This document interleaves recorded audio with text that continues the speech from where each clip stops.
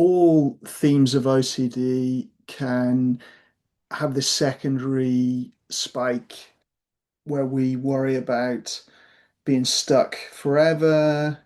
Will an intrusive thought be there? Will a emotion be there? Will a mood be there?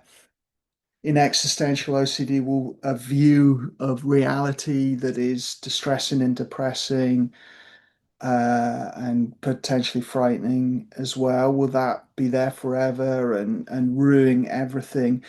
And I see this with a lot of OCD. Sometimes OCD begins with a fear of a specific subtype of OCD, and then it begins with perhaps a what if question about the OCD theme, which then can move into not such so much a what if, but an actual statement or command or fear or doubt that something is really true. And then sometimes people move through that stage and they get to a point where they're not so worried about the reality of the content. It's more being stuck with OCD symptoms forever and not recovering. And this gets called stuck thought. Sometimes it's related to treatment OCD, recovery focused OCD, sort of fears of relapse, fears of depression, mental health based OCD. So there's lots of places this can you could kind of categorize this as. With existential OCD, sometimes it's like the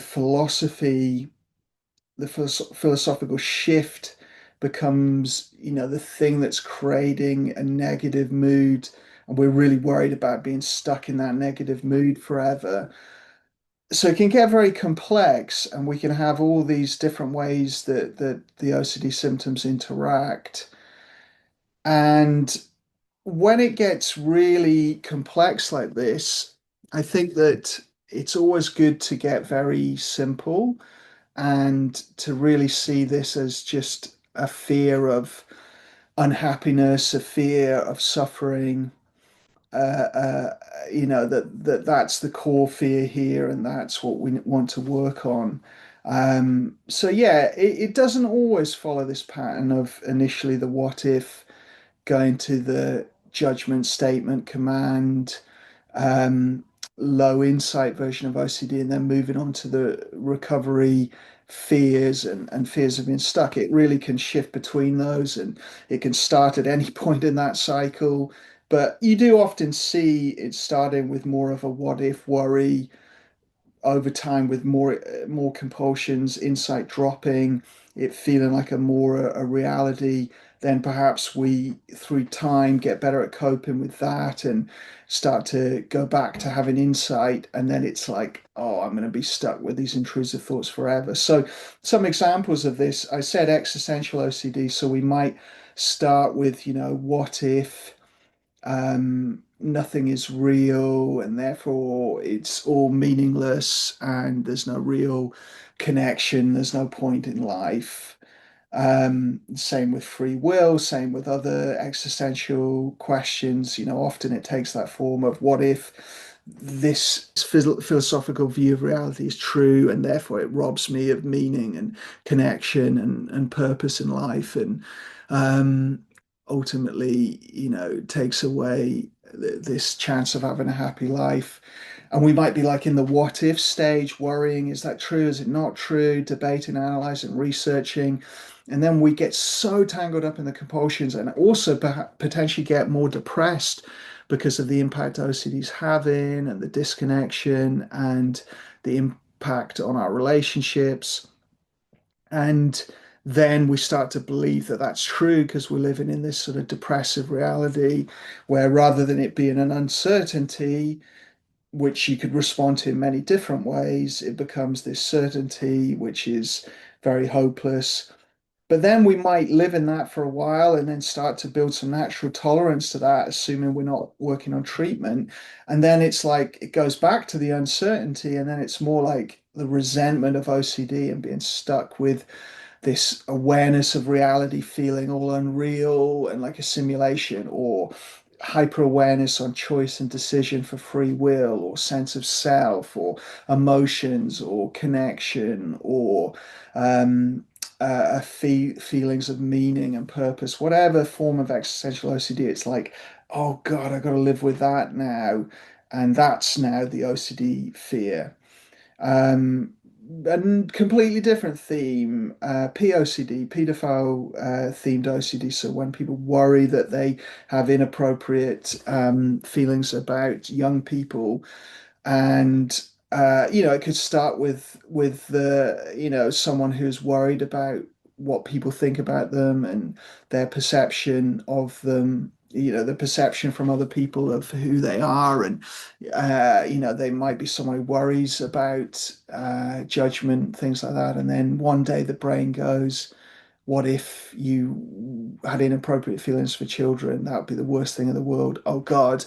And then, it starts as this what if form. Then over time, people do so much compulsion, body checking, scanning for sensations, checking, testing, getting all tangled up on more and more doubt and uncertainty around different ages and different, seeing developing bodies and mixing up feelings of wholesome love and connection with romantic love and connection and noticing beauty and getting confused with all of that and worrying that that is all evidence that they're actually attracted, and they get so tangled up and lose insight and then start to believe that it's true. And then again you can have a scenario where from there it flips back to it doesn't feel true anymore. It goes back to uncertainty after a certain degree of natural tolerance is built up. And then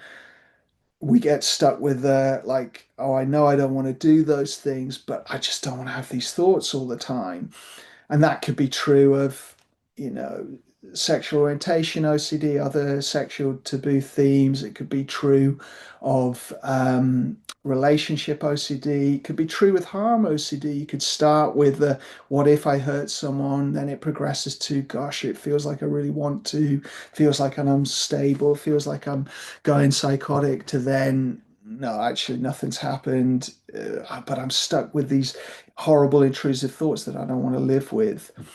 Um, it could happen with really any theme. You could have this, and it doesn't always go this progression. It can go straight in with the low insight. This all feels true. It can go straight in with the I don't want to be stuck with these thoughts forever. This is ruining my experience. Very much hyper awareness. OCD can go straight in there with, oh, I'm going to be stuck with this sensation, perception, awareness of my thoughts, awareness of my sense of self forever, and that's going to ruin my experience. So hopefully you can see that like there are just these different ways it shows up. The kind of more anxious, what if, the more command judgment, doubtful, confused, perhaps lower on anxiety, higher on shame, higher on guilt, higher on disgust, higher on dissociation, depression, other emotions, or it can come in with this core fear about I'm going to be stuck with this and I'm suffering with it forever. And I know it's not true, but it's just really, really annoying. And that can have a lot of anger and frustration and resentment as the core emotion. So all of these different OCD themes can show up with different emotions. And from an ACT perspective, ERP, from an ACT lens, we want to build up our ACT skills so that we can get some degree of functioning better with the baseline symptoms. You could look at the ideas on the channel around dropping anchor for overwhelm and, crisis coping, and some of the other videos I've put up, if you're struggling with just the baseline symptoms and getting through the day. But if you're not so much completely in overwhelm and constant intense symptoms, and you're not feeling so um, tangled up with it that the idea of doing ERP or other things is so blocked, then yeah, you can do some degree of building up ACT skills and then be moving into ERP, and you could be doing all the exposure that is relevant for your theme. So you could think about anything avoided and triggers as, big, anything you value that you're avoiding, and then exposure to triggers. And the triggers could be imaginal triggers, images, mentally rehearsing scenarios, words, sentences. Um, scripts if you want to do that approach. But I think sometimes just the intrusive thoughts as they're showing up can be a good place to do exposure. Videos, content, audio content, music, anything that's sort of triggering that you identify as a trigger and particularly is blocking you from values-based situations. You want to do a lot of situational exposure, and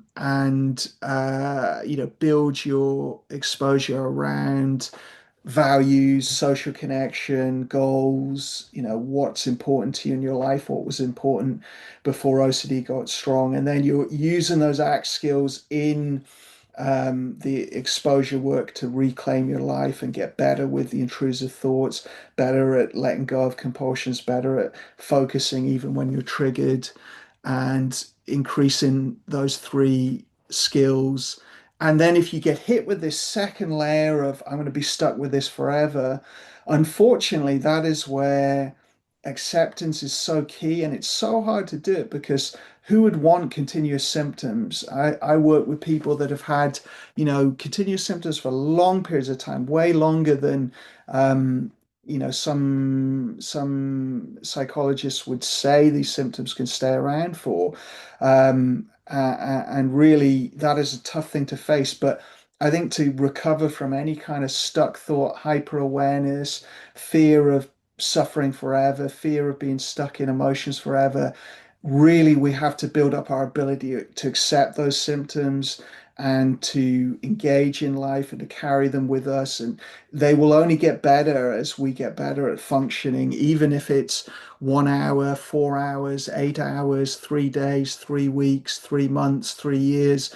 In some ways, you have to have that kind of attitude that I'm going to practice with these symptoms and get better and better at coping with them using acceptance skills, other metacognitive approaches like metacognitive therapy or dialectical behavior therapy, or mindfulness-based approaches to ERP like John Hirschfield's work, or other places that are learning these skills to observe our mind and let go of compulsions and focus on what is important to us and accept feelings and build distress tolerance.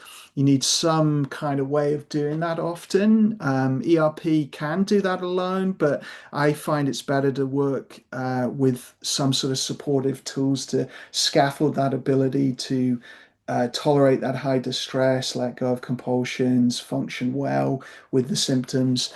ACT is what I advocate for, acceptance and commitment therapy, but there are different ways of doing it. And it really is where acceptance is key. And you could think about tolerance first, distress tolerance, willful tolerance is that first approach, when it's really aversive. But really, we want this acceptance where if you think, do you want to accept your friend or do you want to tolerate your friend? There's a very different quality to acceptance, which really drops more and more struggle with the OCD symptoms that amplify and make them more difficult.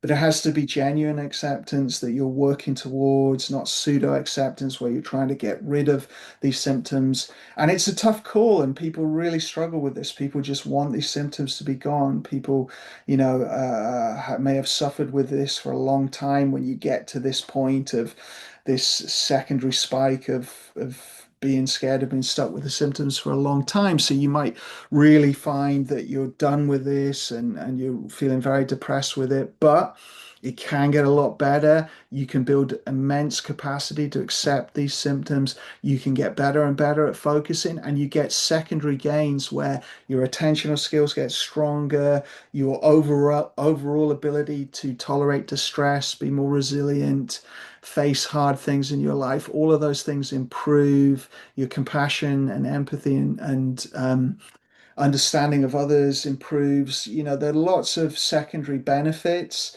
You have a very creative mind that's just got stuck on the wrong thing. So you start to free that up. You can apply that to life goals and meaningful pursuits. So there's a lot of hope and you can get out of that place. But I don't think you'll get out of it if you're resenting and wanting it to be gone and you're doing ERP with the agenda to get rid of symptoms and you're hoping that they're just going to go away overnight. Unfortunately, I don't think that happens. We have to get really good at living with these symptoms when it's the stuck thought, fear of it being there forever type stuff. We have to get really accepting, really able to make room for these symptoms and focus on what we care about. So it's not just accepted, but it is accepted to free up our attention to focus onto life and to get good at being in a conversation with someone with continuous symptoms. And when, doing life goals and actions and activities with these symptoms there, and when you really get good at it, that's when they start to decrease or fade or disappear or go dormant. Or if they're there, it's more transient and peripheral. And it takes a lot of practice and training, and ACT will help. If you're really struggling, you're going to need the support of a therapist. So reach out and get help from someone that understands hyper awareness, stuck thought, fear of relapse, recovery focused OCD or treatment perfectionism, or all the different terms it gets called. Make sure someone understands that aspect of recovery and work with someone and work those acceptance muscles, those attention muscles, and you can get to the stage where you're not frightened of these symptoms staying around and you can live alongside them really well. And then it gets a lot easier, a lot easier. So there's a lot of hope.